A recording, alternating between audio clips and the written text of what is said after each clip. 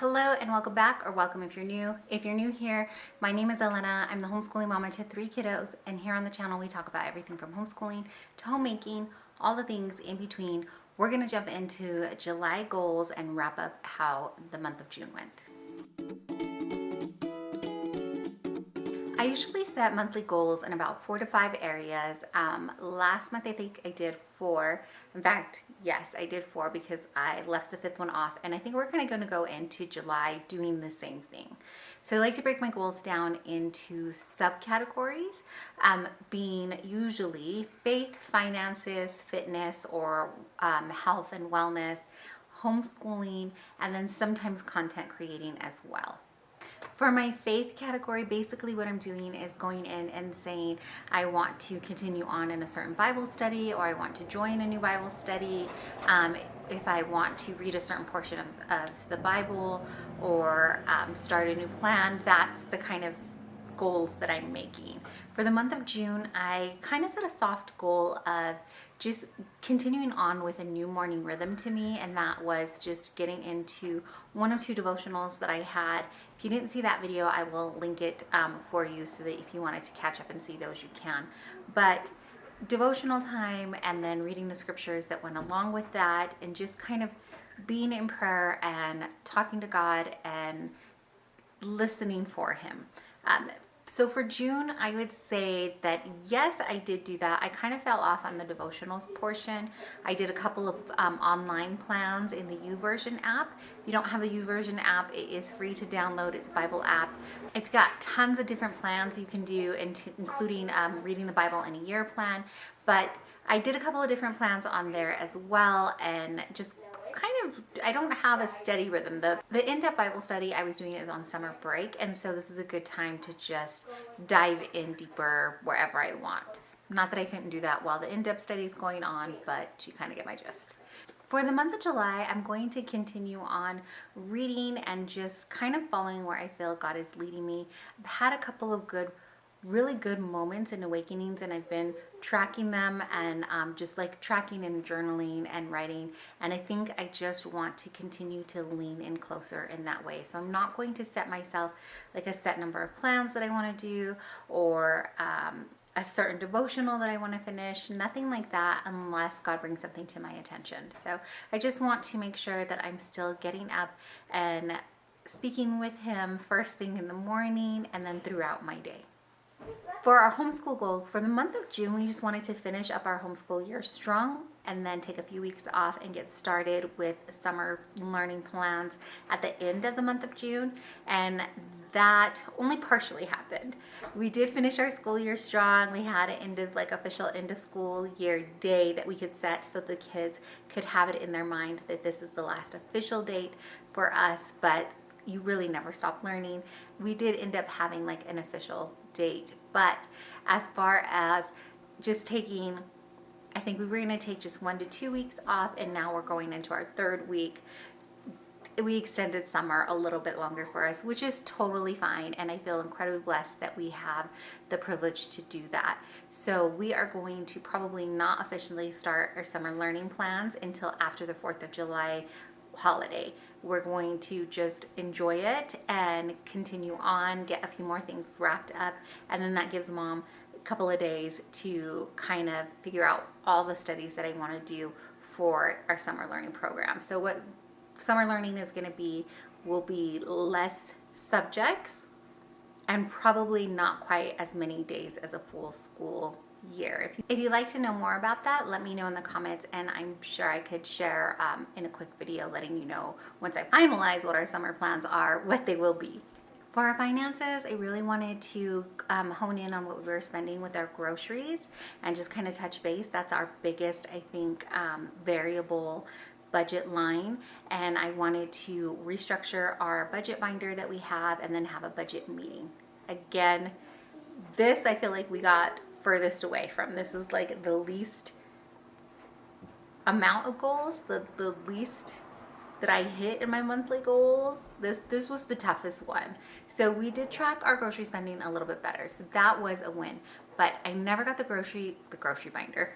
No, I never got the budget binder redone and kind of cleaned up and reset, and I still need to do that. And because I didn't get that done, we didn't end up having our budget meeting. We have talked, my husband and I, about our budget and like new goals and what we're looking at, and there are some changes that may be happening, and it's all very shaky right now. So it's a little tough to be planning when we're not quite sure where things are headed. So for the month of July, I would like to get the budget binder redone and then sit down and have an official budget meeting. And what that means is my husband and I sit down, we look over the budget, and we talk about our goals in that finance section and where we're spending and where our money's going and that kind of thing.